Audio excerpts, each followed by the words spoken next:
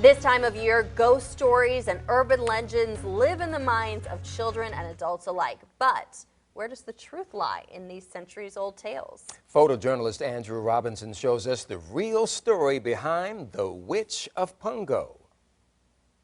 Princess Anne County, 1660.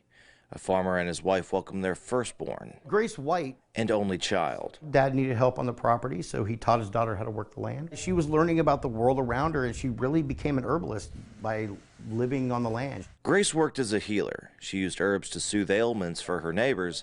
After losing her husband, James Sherwood, in 1701, Grace took to tending the farm with her 3 boys. Based on standards back then, it was, quote, man's work. It caught the unwanted eye of neighbors, especially men. So now the wives are mad about this because the husbands are checking her out. She's also turning away every suitor. She's a very independent woman, so that's a dangerous thing. Grace Sherwood, with her uncommon knowledge of agriculture, became the center of rumors. While her land was prospering, other people didn't get that, so their crops would die. And well, Grace's crops are fine, so obviously she did something to our crops. Cows weren't giving milk, so Grace must have done something to it. Grace's neighbors started making outlandish claims. Grace snuck into her room through her keyhole, hovered over her bed, turned into a cat, and jumped out the window. The woman said that Grace snuck into her room in the middle of the night and rode her around her room like a horse around the ceiling. After neighbors consulted with the governor, Edward Knott, charges were pressed against Grace. The only evidence against her was she didn't own trinkets, thought at the time to ward off spells and demons. Grace didn't have one of these. She didn't have one of these either. Who would not need these tools? A witch. Then Governor Knott suggested trial by ducking. So if you died, you're innocent. If the pure water of God expels your body to the surface and you float, then you are evil and must be dealt with. The whole thing was to kill her. Coming up in 30 minutes, we'll have accounts from the trial by water and how one organization has tried to bring the truth to light. Andrew Robinson, 10 on your side.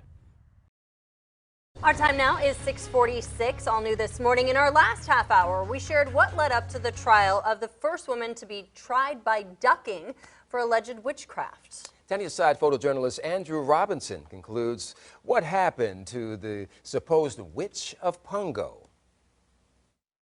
July 10th, 1706. Thousands of people lined the Lynnhaven River to watch this happen. This was huge. We'd never had a convicted witch in the state. Grace Sherwood, the healer of Princess Anne County, was on trial to see if her neighbors' claims about her were true. On the way out, rowing out there, she says, I be not a witch, but today you will receive a worse ducking than I. They tie her thumbs and wrists to her toes and ankles, and they push her into the water. She floats. She untied herself, swam around the boat, and laughed at them. Now everybody's losing their minds. Back in those days, floating meant Grace was a witch. Start rowing back in the shore. Now this is July in Virginia Beach. What happens in July on a beautiful day? Out of nowhere we get that freak lightning storm, right? She told them, you're going to receive a worse ducking than I. Really, she knew the outdoors. She knew nature. When the leaves start curling up on the trees, it's getting ready to rain. Sherwood was then put into a cell to be forgotten. But soon Princess Anne County realized, truth is, you don't know what you got till it's gone. She was their healer. In Sherwood's years locked up next to Lynnhaven Parish Church, under the cover of night, people would take her supplies. In return, they sought advice on how to heal sick and ailing loved ones. Eventually, 8 years after Sherwood was jailed, she was released, but not pardoned, by Governor Alexander Spotswood. She lived out her life back on her farm until her death at the age of 80. All these legends have some nugget of truth to them. You know, Grace's is no different. She was just a good person who was trying to help people. 300 years to the day after her conviction, and with a push from the Ferry Plantation in Virginia Beach, Sherwood was exonerated by then-Governor Tim Kaine. A statue of Sherwood stands near Centera on Independence with a lesson about persecution and unjust treatment. And Witch Duck Road gets its name from her story. And she pushed through those 10 terrible years, and no matter what, that's a lesson to everybody. It's going to get hard, but it can always get better and get there. Just find your way to get there. Andrew Robinson, 10 on your side.